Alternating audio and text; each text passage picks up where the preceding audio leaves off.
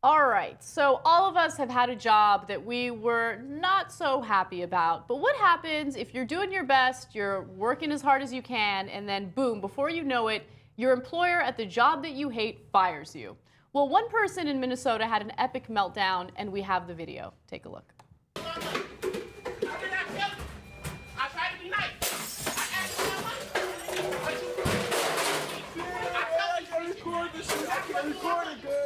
What you bitches do?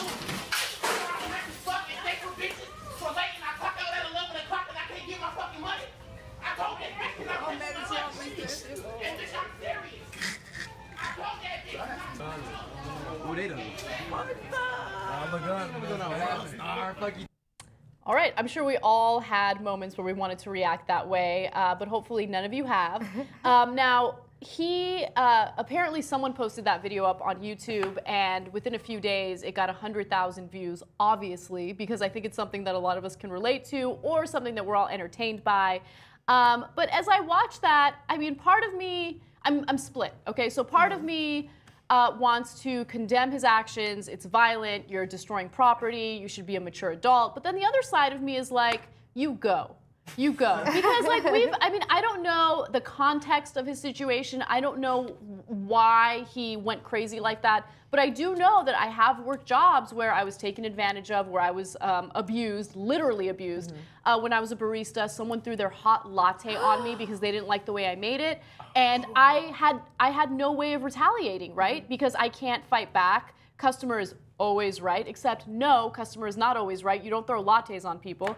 So in situations like that, yeah, you want to throw things around and you want to have a temper tantrum. So I'm split on it, but overall, he shouldn't have done what he did. We're all mature adults. We all understand that. Robby, what do you think? Make your point. Yeah, upon seeing that, I was like, why did he get fired? Which, you know, that's obviously not the best reaction to something like that. But on the other hand, like, why is he so mad? I don't know, maybe because he's making shit wages, taking shit from people all day. Yep. And it makes perfect sense. I've worked that sort of a job before, and it sucks. You get tired, you get jaded, you get really annoyed, and you are constantly having to put on that smile to please people. I can understand someone snapping like that, yeah. I would say that out of all the people with all their professions, people who work in service industry jobs get my respect more than anyone else. Absolutely. Because they deal with so much torture on a regular basis. I can't stand people who are rude to those who work at a fast food restaurant or a coffee shop. Just understand that their jobs are much harder than whatever your job is. I guarantee it. I mean, I went to school and everything to be able to do what I'm doing now. This is nothing compared to what I went through working as a barista, believe it or not. Yeah. Sandra, make your point. I think there's a valuable place for catharsis, and the fact that I can live through him, because I can't always knock down things, although I want to, but seeing him do that, yeah, it's like, be my Robin Hood, be it. And there's a certain amount of speaking truth to power, because I like to imagine that he was wronged, and that he had all the right in the world to throw a tantrum. Like, I want to believe that, and he was probably a little bit off the wall, perhaps, but not in my fantasy. So thank you for that video. And thank you for being you, guy at McDonald's, no longer. So here's the question for the story. Have you ever made a scene or embarrassed yourself in public? Robby. So not like this, but if you've ever seen me on a dance floor, you'll know. You'll know. There was one homecoming in particular, and this was like everybody was just grinding. It was like in that sweaty gym too, you know, like that terrible school dance. And I was with my girlfriend at the time, and we were trying to dance like normal people, and it's just like gross. It's sweaty, and everyone's grinding. So I was like, you know what? And there's like this high-rise area, and I was like, you know what? We're gonna get the prime spot. Excuse me for a moment. So me and my friend went up to that prime spot, and we started dancing like idiots. And we, sure enough, people like around us were like, what the fuck? And they had to stop because it was so weird, and they started backing up, and we made like a radius of like, of just like space on this like prime dance spot. And I was like, all right guys, come over. And then they all came over and we were able to just like dance in the best spot in the gym. I want to go clubbing with you because that sounds phenomenal and a lot of fun. Sandra. This is a little different. I generally do not act out in public. I mean, maybe an occasional silly dance move or something, but I'm a pretty calm, controlled person, except for my face. But there was one time, a friend of mine brought me to a fancy Beverly Hills orgy party. Oh. Or what was advertised as that. And all these people were in tuxes and in fancy dress, and I was there for hours. And I had no interest in being a part of anything. I just, as a sex ed person, I was like, yeah, this would be cool. Yeah, no one did anything. Like there was some spanking in the corner and maybe a little make out here, but no one was doing anything. And everyone. No one was naked? No one was naked, no one was doing anything. So what kind of orgy party is that? I was so annoyed that people were so judgy. There was a lot of judgment, and when people started trying to get something started or get naked, their friends would be like, ha ha ha, no, you're weird. I'd be like, oh, hell no. So I ended up stripping down and getting in the hot tub naked, and a few people got in with me, and so I was like, I'm the cool person right now, which is very rare.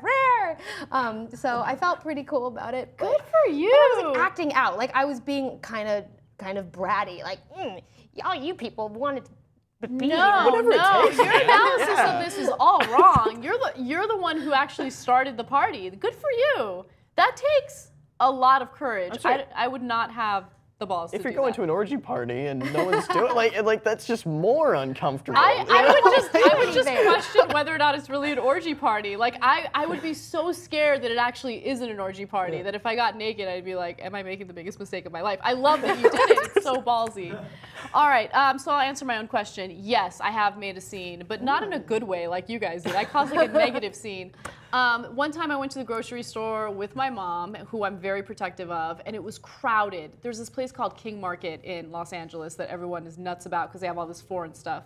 Anyway, so we went on a Sunday. It's crowded, it's crazy, and as my mom and I are walking past another girl with her mother, I don't know if my mom hit the girl accidentally or the mother, but she like accidentally touched one of them or hit one of them, I don't know. And so the daughter was like, watch where you're fucking going. And I turned around and I was like, what did you just say?